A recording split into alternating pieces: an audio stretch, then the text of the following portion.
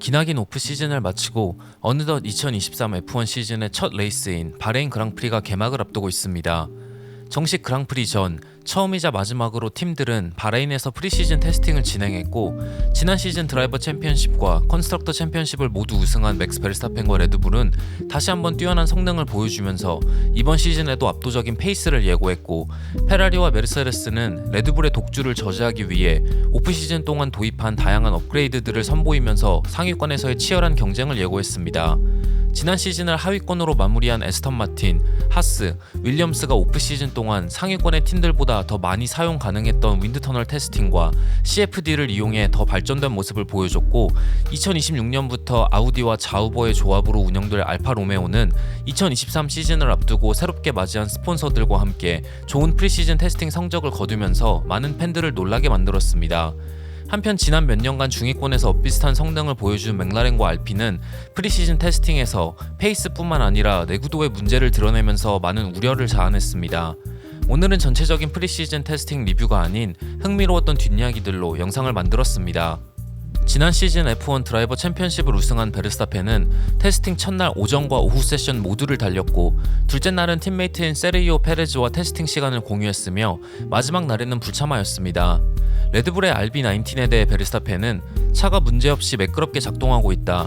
여러가지 새로운 시도들을 해봤고 모든 게 매우 흥미롭다. 아주 좋은 테스팅 세션이었고 운전하기 매우 좋은 차라는 생각이 든다. 지난해의 차에 비해서 몇 가지 다른 점이 있고 확실히 주행 시 다른 느낌이 들긴 하지만 아마 변경된 타이어의 영향도 있을 거라 생각한다. 하지만 지난해에 비해 매우 향상된 차라는 느낌이 든다. 지난해의 차는 너무 무거웠고 시즌 초반 코너를 공략하는 데 애를 먹었다. 하지만 시즌이 진행되면서 차차 문제를 해결했고 그 노력의 결과가 이번 시즌의 차에 나타났다고 생각한다 라는 소감을 남겼습니다. 베르스타펜은 테스팅 첫째 날 C3 타이어를 사용해 가장 빠른 랩타임을 기록했고, 둘째 날에도 C3 타이어를 사용해 두 번째로 빠른 랩타임을 기록했습니다. 레드불은 테스트 마지막 날 페레즈가 C4 타이어를 사용해 1분 30초 305를 기록했고 3일 동안 413바퀴를 달리며 큰 문제 없이 테스팅을 마무리했습니다. 둘째 날 페레즈가 살짝 느린 페이스를 보여주긴 했지만 전체적으로 바람의 영향이 큰 세션이었고, 모든 팀들이 지난해로부터 변경된 차의 플로어와 디퓨저의 최저 높이 기준으로 인해 애를 먹었습니다. 다른 팀들에 비해 레드불은 짧은 거리의 주행으로 데이터를 쌓는 모습이었고, 둘째 날 베르스타펜이 C3 타이어로 12랩 시뮬레이션을 진행했을 때 1분 37초 546의 평균 랩타임을 기록했습니다. 이에 반해 메르세데스의 조지 러셀은 13랩 시뮬레이션 동안 C2 타이어를 이용해 1분 37초 786의 랩타임을 기록했지만, 관계자들은 아마 메르세데스가 연료를 거의 다 소진한 상태에서 진행한 시뮬레이션 결과였을 거라 분석했습니다. 같은 시각 페라리의 샤를 르클레어는 C3 타이어로 장거리 시뮬레이션을 진행했고, C3 타이어를 사용했을 때 러셀보다 평균적으로는 0.6초 뒤처진 페이스를, 그리고 같은 타이어를 사용한 베르스타펜보다 2.3초 뒤처진 랩타임을 기록했습니다. 하지만 더 소프트한 C4 타이어로 교체한 르클레어는 살짝 들쑥날쑥한 랩타임을 기록했지만 훨씬 더 좋은 페이스를 보여줬습니다. 팀메이트인 카를로스 사인즈도 마지막 날 같은 C4 타이어로 샤를의 베스트 랩보다 0.01초 뒤처진 랩타임을 기록하면서 티포시들에게 좋은 모습을 보여줬습니다. 3일간의 테스팅 동안 페라리의 SF23는 훌륭한 내구도를 자랑했습니다. 큰 문제 없이 3일 동안 416바퀴를 달리는 데 성공했고, 동시에 지난 시즌보다 발전된 직선 구간 페이스를 보여줬습니다. GPS 데이터에 따르면 페라리는 스피드 트랩에서 325km를 기록했고, 직선 구간 끝에서의 페이스는 레드불보다도 빨랐다고 합니다. 지난해의 다운포스 중시 셋업에서 새로운 에어로 패키지를 도입한 이번 시즌의 차에 대해 샤를은 지난해와는 확실히 다른 디자인이다. 자세하게 설명할 순 없지만 옳은 결정이었다고 생각한다. 확실히 드래그가 감소했고 이번 시즌에 도움을 줄 테지만 차의 다른 부분에도 많은 변화가 있었다. 직선에서는 확실히 빨라졌지만 코너에서는 페이스가 조금 줄었을 거라 생각한다 라는 인터뷰를 했습니다. 페라리는 지난 시즌에 비해 훨씬 더 얇은 리어윙 패키지를 테스트했습니다.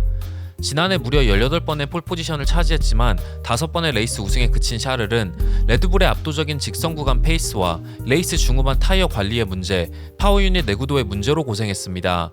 하지만 페라리는 이번 시즌에는 퀄리파잉 페이스의 우위를 지키면서 직선 구간에서도 레드불의 페이스를 따라갈 수 있는 디자인을 도입했고, 타이어 관리도 수월해졌으며 폴포싱 문제도 해결했다는 발표를 했기에 아마 레드불의 독주를 저지할 가장 큰 도전자가 되지 않을까 예상해봅니다.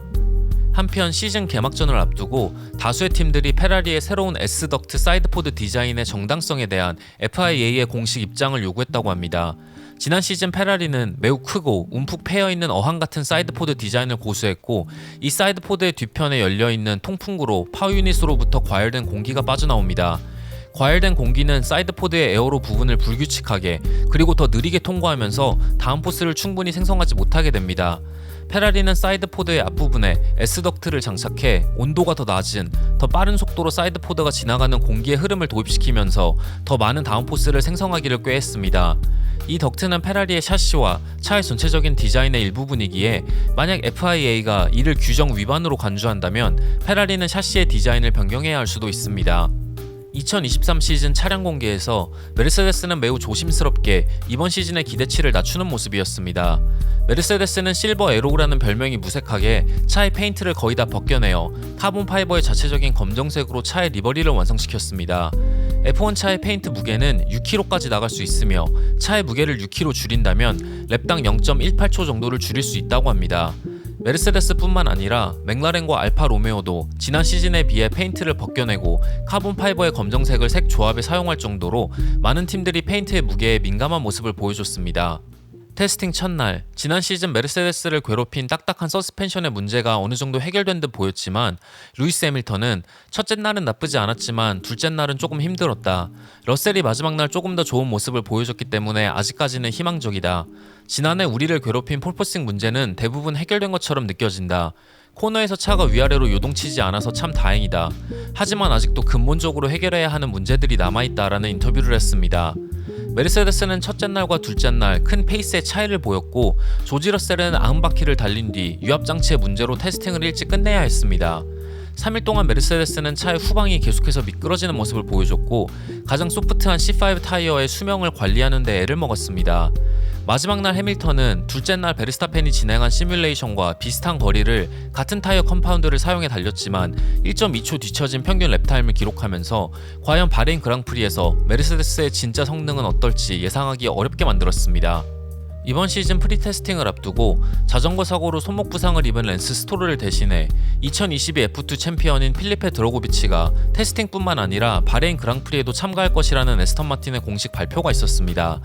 이번 시즌 에스턴 마틴으로 팀을 옮긴 베테랑 페르난도 알론소는 매우 빠른 페이스를 보여줬고, 지난 시즌과는 완전히 다른 차의 내구도와 속도를 확인할 수 있었습니다. 알론소는 첫째 날과 둘째 날 C5 타이어의 도움 없이도 각각 두 번째와 세 번째로 빠른 랩타임을 기록했고, 무려 270바퀴를 달리면서 가장 많은 랩을 기록했습니다. 마지막 날 C4 타이어로 기록한 1분 31초 450은 퀄리파잉 셋업과 연료량이 아니었기에 과연 바레인 그랑프리에서 에스턴 마틴이 어떤 모습을 보여줄지 팬들을 기대하게 만들었습니다. 에스턴 마틴에 대해 하스의 케빈 마그누센은 매우 빨라 보인다. 긴 시뮬레이션에서도 좋은 페이스를 꾸준히 유지하고 있고 퀄리파잉 시뮬레이션에서도 좋은 랩타임을 계속해서 기록하고 있다. 지난해에 비해 엄청나게 발전했다라는 분석을 했습니다.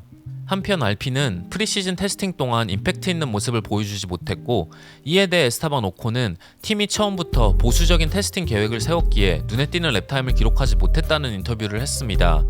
알핀의 베스트 랩타임은 레드불의 기록과 무려 2.5초 차이가 났지만 이는 소프트 타이어를 사용해서 기록한 랩타임이 아니기에 아직은 알핀의 진정한 성능을 확인하기에는 너무 이른 것으로 보입니다. 알핀은 첫 번째 그랑프리부터 대규모 업그레이드 패키지를 이미 예고했고 프리시즌 테스팅의 결과에 크게 의미를 두지 않는 모습이었습니다. 모든 팀들 중 유일하게 알핀만이 지난 시즌을 연상시키는 폴포싱 문제를 메인 스트레이트에서 보였고, 오콘은 1번 코너를 빠져나오는데 애를 먹었습니다. 하스의 감독인 군터 스타이너는 이번 프리시즌 테스팅이 팀 역사상 가장 좋은 테스팅이었다고 밝혔고, 준비도 완벽했고 차의 주행도 완벽했다고 평가했습니다. 내부적으로 세운 목표를 모두 달성했기에 매우 만족하다는 의견이었고, 지난 시즌 프리테스팅에서 차와 파츠의 수송 문제로 애를 먹었던 하스는 이번 테스팅에는 첫째 날 스로틀의 문제를 제외하면 모든 테스팅 세션을 큰 어려움 없이 진행할 수 있었습니다. 마지막 날 케빈 마그누센이 C4 타이어를 사용해 1분 31초 382를 기록하면서 좋은 모습을 보였습니다. 알파 로메오는 테스팅 두 번째 날 저우관유가 C5 타이어를 사용해 1분 31초 610을 기록하면서 가장 빠른 랩타임을 작성했고, 마지막 날에는 발테리 보타스가 C5 타이어를 사용해 1분 30초 827을 기록하면서 세 번째로 빠른 랩타임을 작성하는 데 성공하면서 미드필드의 다크호스로 떠올랐습니다. 보타스는 작년에 비해 차의 성능이 향상됐고 확실히 지난 시즌에 비해 느낌이 좋다라는 소감을 남겼습니다. 하지만 둘째 날 세션 막바지 저우관유가 차를 출발시키지 못하는 모습을 보였고 마지막 날에는 보타스가 엔진의 문제로 레드 플래그를 발동시키는 모습을 보이면서 개막 전까지 내구도의 문제를 해결해야 하는 숙제도 떠안았습니다. 이번 테스팅 세션에서 가장 안 좋은 모습을 보인 팀은 맥라렌이었습니다.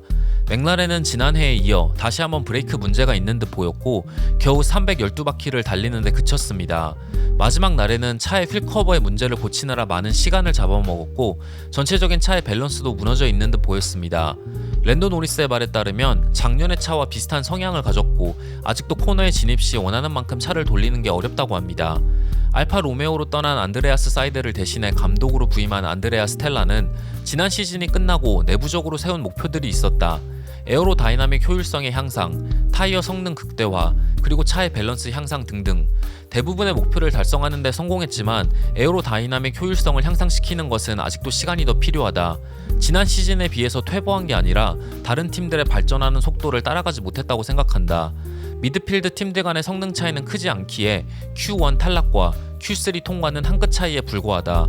궁극적인 이번 시즌의 목표는 컨스트럭터 4등 안에 드는 것이다. 하지만 아직까지는 준비가 덜 되었다고 생각한다라는 인터뷰를 했습니다. 맥라렌의 팬으로서 컨스트럭터 4등이 문제가 아니라 레이스마다 Q1 탈락을 걱정해야 하는 시즌을 보내야 하는 것이 아닌가 이미 스트레스가 쌓여가고 있습니다. 알파타우리는 큰 변화와 업그레이드 없이 조용한 테스팅 세션을 보냈지만 456바퀴로 가장 많은 랩을 달리면서 내구도 면에서는 큰 문제가 없음을 확인할 수 있었습니다. 알파타우리 팀 내부적으로는 매우 만족할 만한 성과를 거두었다고 엔지니어인 조나단 에돌스가 소감을 남겼습니다. 한편 레드불은 알파타우리의 운영비를 축소시키기 위해 팀을 이탈리아에서 영국으로 옮기는 것을 고려하고 있고 팀을 매각할 수도 있다는 발표를 했습니다. 처음부터 레드불의 메인팀 드라이버를 육성하는 목적으로 운영했던 팀이었지만 지난 몇 년간 베르스타펜의 팀메이트를 찾는 데 애를 먹었고 결국 레드불 프로그램 출신이 아닌 페레즈를 택하면서 재정적인 부담을 계속해서 떠안고 두 번째 팀을 운영해야 하는지에 대한 내부적인 검토가 계속되고 있다고 합니다. 마지막으로 윌리엄스는 랩타임에서는 알핀과 비슷한 기록을 냈지만 439바퀴로 알파타우리에 이어 두 번째로 많은 랩을 기록했습니다. 지난 시즌 이상하리만큼 C2 하드 타이어로 좋은 모습을 보여줬던 윌리엄스는 이번 테스팅에서는 C5와 조금 더 소프트한 타이어들로 나쁘지 않은 랩타임을 기록했습니다. 메르세데스에서 오랜 시간 전략 담당으로 활동했던 제임스 바울스가 감독으로 부임하면서 윌리엄스는 오랜 암흑기에서 서서히 탈출하기를 기대하고 있습니다. 과연 이번 시즌 개막전인 바레인 그랑프리에서는 어떤 팀이 모두를 놀라게 할지 아니면 지난 시즌과 비슷하게 레드불의 독주가 이어질지 과연 맥라렌은 오랜만에 DTD를 시전하며 자기 자리를 찾아가게 될지 기대하면서 이번 영상을 마치도록 하겠습니다. 이번 주말에는 오랜만에 유튜브 라이브로 찾아뵙겠습니다. 이번 영상도 시청해주셔서 정말 감사합니다.